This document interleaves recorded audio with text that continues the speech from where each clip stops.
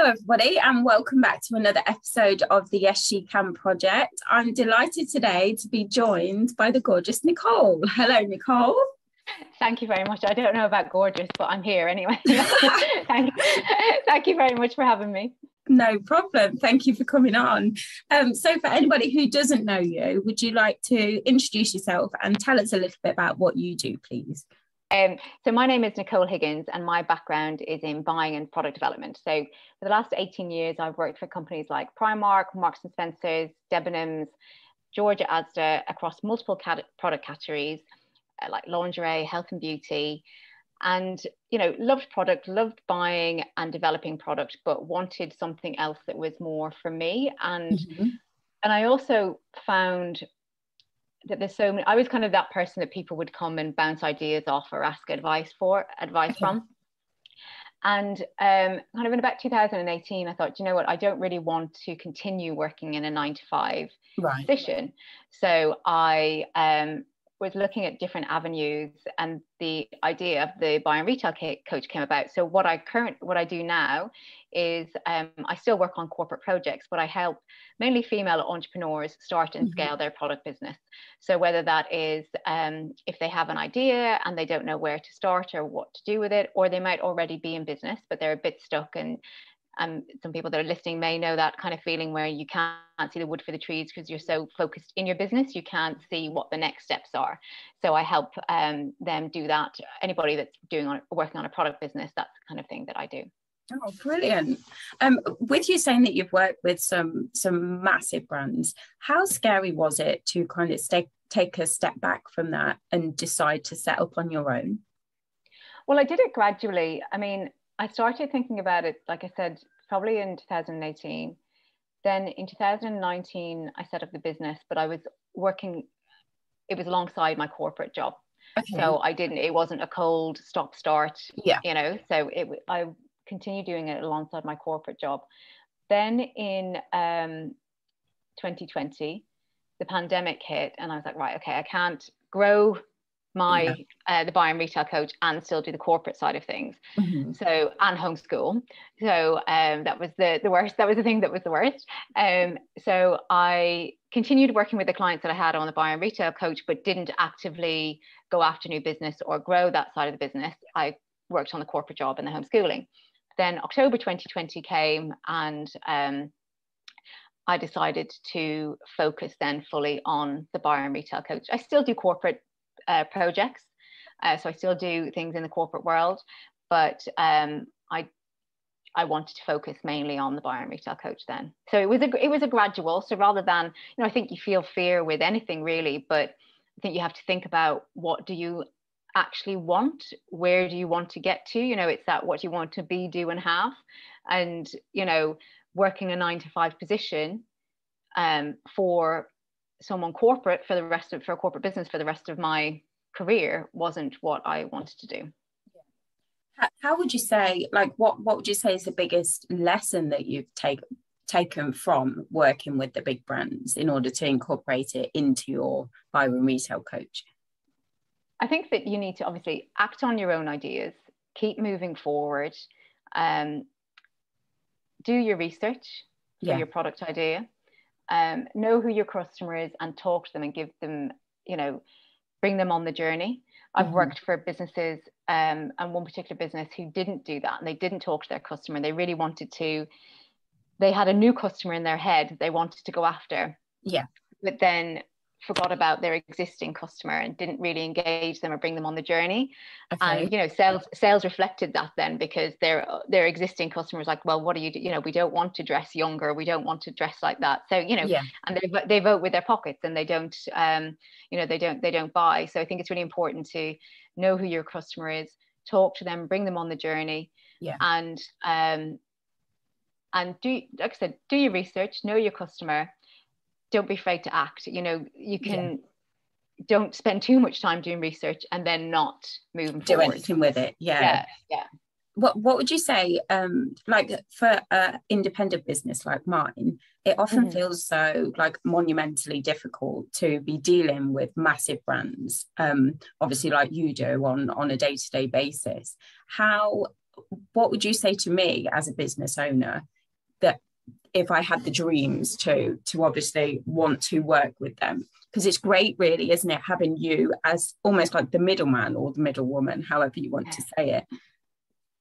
Do you mean in terms of to be stocked in like to pitch to the big, yeah. I think what you need to first to do, they're not going to come and find you, unless you are doing a lot of activity in the press and you're doing a lot of things with influencers, that you're going to be on their radar. So the most important thing to do is start connecting with them, whether that's through LinkedIn, social media, commenting on their posts, doing that kind of thing, trying to build up a rapport first, I would say. Yeah. Look at what they're doing and saying, right, how does that connect with what I'm doing? Is there a hook that you can use that can align you with them and their customer and their business? Yeah, so that and when their you do as well. Yeah, so that when you do approach them, you can refer to that. Look at what they already have and what gaps you could fill for them. And because they need stock, they need new brands, and I think so. Don't think of it as this monumental task. You're actually doing them a favor, because they also need new customer bases, new products. They have sales targets that they need to make. Without new brands, they won't make those targets. So you are also doing them a favor by being stocked in, by being chosen and being stocked in their business. So I would probably not. I would probably say don't build it up to be this big scary thing. Like I said, the buyers need stock. They can leverage off your audience.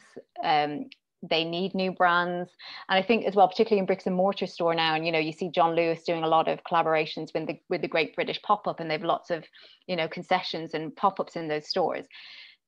A lot of people are shopping online now, so the space in stores doesn't need to be as big, and that's what a lot of department stores need to do. Is they need concessions, or they need those little pop-ups to help fill that space and to generate money off that square footage as well, really. Yeah, I think with the John Lewis thing as well, they brought 2 more big retailers on board. So Phoenix is on board now, and so is Boots. So I think that opens up such a massive opportunity for so many of us independents as well.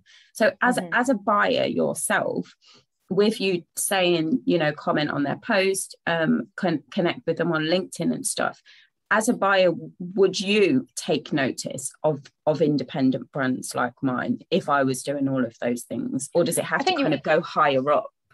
No, it can. What you also need to do is so like I said, connect with them on LinkedIn, see what they're doing on Instagram. You then actually have to make the call and do the email and connect with them. But I think just going back to a couple of things before you do that, I would look at your pricing and make sure that your pricing is aligned with where they are. If you have a very low priced product, and they're the other brands that are in that retail store are much higher, you're probably too cheaper retail price for them to sell. So kind of have a think about that. Does your brand really sit with them? And so I would then, once you've connected, what they're doing from a social point of view, it's emailing and picking up the phone. So you can pick up the phone to their head offices and get the emails. Sometimes you can't get the emails and you're sent through to a generic email. If you're looking at smaller boutiques, definitely connect through Instagram, email them through their website. If it's a local boutique, call in. You don't have to start with the big boys, especially if it's something that you're nervous about. You can cut your teeth on the smaller boutiques and the smaller chains before you try and then approach some of the bigger retailers. And also that gives you the experience of dealing from a wholesale point of view as well. But you still have to pick up the phone, you still have to get in touch. And I think once you understand about their brand and their customer, you can weave that into your initial communication with them, and what you're doing, why is it aligned with their customer, what your product is. And then if you have a wholesale PDF that you can send as a link to them as well, so they get to understand more about your story and your product. Yeah, and you can also, like you say, if you start with smaller boutiques and things like that, you can actually give them the financials through there and say, well, look, I've done really well in X, Y, and Z. I think Yeah. that I would be suitable because of this kind of experience. It's gone well with this demographic of customer in this area. And yeah, it's really interesting. And if if your products have won any awards, or if, you know, and make sure that you could highlight those. What you want to do is make it really easy for the buyer to buy from you, so Okay. that everything is quite clear and you have an easy order process as well. Yeah, brilliant. What would you say is the most common issue when you work with clients that come to you as the buyer and retail coach? What's the most common issue that they normally have? I think one of the things that, if they're starting out, one of the most difficult things, or one of the things that can take the longest to do, is to find a manufacturer. Okay. And depending on a manufacturer that can do the quantities that they need to do. Mm-hmm. So, and it depends on the product type, and where they want to manufacture. Because obviously, if they want to manufacture in the UK, then that's easier. Yeah. But if they want to manufacture abroad, or in China, or in Bangladesh, then that is a little bit harder and just takes more detective work to find the right supplier and the right fit for your business. So I would say that's probably one of the biggest issues for people when they're starting out. And for those that are scaling, or might have been in business for a couple of years, sometimes they, like I said at the beginning, they've spent so much time working in their business, they've lost a bit of direction, and they're really just on a hamster wheel. So I help them kind of come off that hamster wheel, have an overview of their business, see what the income generating activities are, where can their growth be, what they need to do to achieve that growth, and what structure they need to have in place, either from a product or from a personnel point of view, or an overall business point of view, to achieve that growth. So what would you say, Nicole, is the most common issue? Because obviously you work with brands before they start, when their products are just in the kind of idea stage. But if you've got a brand that's coming to you that wants to scale their business, what would you say is the most common issue for them? I think, like I said, a lot of them get stuck in their business, so they need to take that bird's eye view.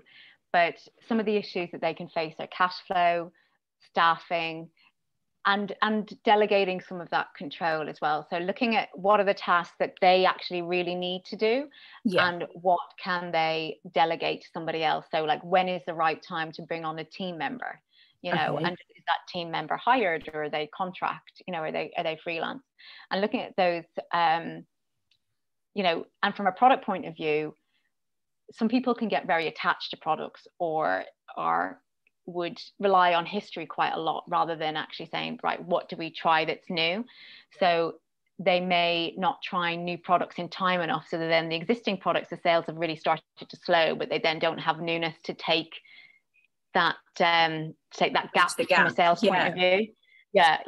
So that's what there are some of the things I think when people are starting to scale, that it's knowing when to walk away from different products and to try things that are new.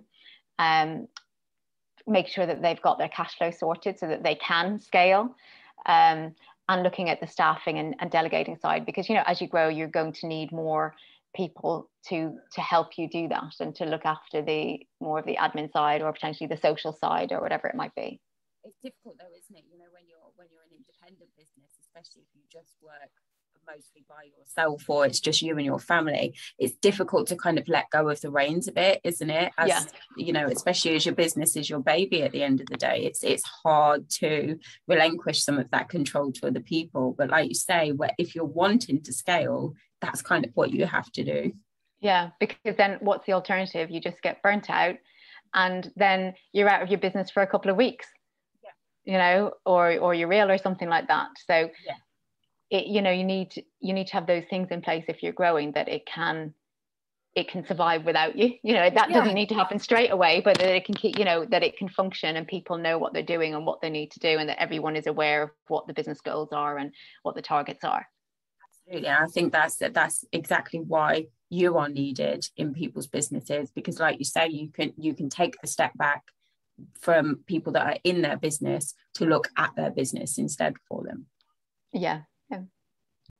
So you've had so much success with the brands that you've worked with, like scaling their business, profitizing their business on a massive scale. How amazing is that for you as well as a human, not just as a buyer and a retail coach? How amazing is that for you to sit back and actually watch businesses flourish in that way? I mean, I feel really proud of the things that I've achieved, but it's, you know, it is the clients that do it. I can give the advice, I can point them in the right direction, but it's down to the individuals that I work with. You know, if we're talking people that I've worked with from an entrepreneur point of view, they still need to take the action. And that's what I wanted to do when I set up the business, was yes, to show them what to do and how to do it, but ultimately to give them the tools and the confidence that they're empowered, that they can do it themselves. They don't need me at holding their hand through the whole of their journey, that I help them, I help and support them when they need it, but they learn and they become more confident and they are empowered to then really go after it themselves. Wow. So I feel really proud of what my clients have achieved and that I've been able to help them. But it's, like I said, it is, they have put one foot in front of the other and made the change to start the business or scale their business. And I've just helped them along the way. Yeah, but without you, would they have really got to the stage that they are? I think you're being too modest. I think sometimes, I mean, I've had clients say, you know, oh my God, it would have taken us forever to get where we've got to, and we would have spent so much more money trying to get there, or made so many more mistakes. So I think that I definitely am able to speed up that process and keep clients on the straight and narrow to get to their end goal as well. What would you say has been your biggest challenge in your career so far? A biggest challenge, I would say, I don't know whether it was, let me think now, in terms of biggest challenge. I think one of the most exciting challenges in my corporate career was when I worked for Primark, and I was part of the team and led the team that grew the health and beauty department. Wow. So it was a massive task. And we had a small amount of products or a small amount of ranges, but you know, the business wanted it to go stratospheric. So it was creating a strategy for that, finding the supply base, creating all the ranges, working with a very small team at the start, which then obviously grew, and understanding what different countries would want, because for Primark you're working globally as well, and really setting up the foundations for what it is now today. I mean, it's just become massive. Yeah, it's huge. Yeah, so I would say it's like your baby, isn't it? Yeah, that's so cool. No, and I like that. To be honest, I would say from a corporate career, I mean, I've been in buying for like 18 years. That has been one of the most exciting challenges, because the way Primark worked at the time was there's a lot of autonomy. You run your department like your own business. So it was very exciting for me and for the team to be able to be, and it was high profile with the chief exec and all the senior executives as well. You know, everyone knew that health and beauty was on this growth plan. So to be able to be part of that and grow that with both the Irish team and the UK team to take it to where, like I said, to build those foundations, I would say that was the most exciting challenge that I've had from a business point of view. As a buyer, has there been anything that you have bought, essentially, that you've regretted? Oh God, yeah. So, do tell. I don't think any buyer. I mean, there's one that's. I mean, there's a few that you'll be like, oh my God, that's a dog, that's not selling. But in terms of a whole category, what happened was, again, it was when I was working for Primark, and obviously Primark, you're buying in big volumes generally. Yeah. So if there's something that doesn't work, and you've bought into it, it's a lot of money. You know, you could be talking millions, hundreds of thousands. And I was working on footwear at the time, and it was when the wedge trainer had just started to come out. So everything was becoming much more casual. And the season before, we had bought a court shoe, and it was this low retail price court shoe, and it did really well. And I think it was like €10. I'm like, right, okay, let's put loads of money into this, and we'll do this kind of shape, and we'll do this type of design. And we bought tons of it. And normally when you're buying, you buy kind of what you need according to your lead times, but we're like, oh no, this is going to be amazing. We'll forward buy, we'll put more money into this. And it was a disaster. It was a real disaster. Like, I don't know how much we spent marking it down, but it was hanging around for ages anyway, but we did spend a lot of money marking it down. And the thing that not saved the department at the time, but because casual had become so strong, we're able then to put more money, we then said, right, okay, let's look at our budgets. We don't need to spend any more cash on formal shoes and court shoes and that kind of thing, because they're not buying it. So we were able to kind of relook at the money and put it into casual, into like wedge trainers, into Converse type looking product, and much more casual trainers. And then so we still made the money we needed to make, we still made the profit we needed to make, but that was a huge lesson in terms of not buying too much stock and buying too far ahead than you need. I bet the factories were rubbing their hands together when you put the order in though. Yeah, they were for the casual, but the court shoe guy was like, what do you want to get? You want to delay this, or what do you want to do? Or like, orders that he hadn't made, we were we needed to cancel, and that kind of thing. So it's just balancing it all out. With you saying the growth of the beauty department that you did, would you say that has been your highlight? I've had lots of highlights, I think, in terms of being able to see the team that I've worked with progress.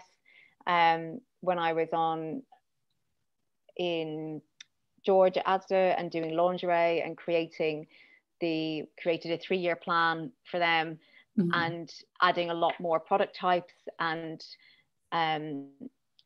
looking at the growth plan that needed and helping the team create that. That was also really exciting. So I've had, I would say, lots of highlights. Highlights really. Yeah. What's next for you, Nicole? What's next for me? So I am doing a course at the moment. So I've started, normally up until recently, I only worked one-to-one. But now I have introduced a course so that I can serve more people. And it's a course called Start, Scale, Succeed, and How to Start and Scale Your Product Business. So it goes through all the steps that you need to start and scale your product business. And I have guest experts that also are part of that course, that take you through confidence and PR and the legal side, and how to grow your brand on Instagram. The things that I cover are exploring your idea, helping you do the market research, the sourcing side of things, what a commercial and profitable range looks like, how to launch. So it's very comprehensive. There's nothing out there that I've seen that covers all of those steps to help you start. And I'm creating some digital products as well. So I've got a digital download that I'm creating at the moment called the 4 Steps to Wholesale. Yeah. And that will be like a £47 product that people can just download to help them understand if they're ready and what they need to do. Brilliant.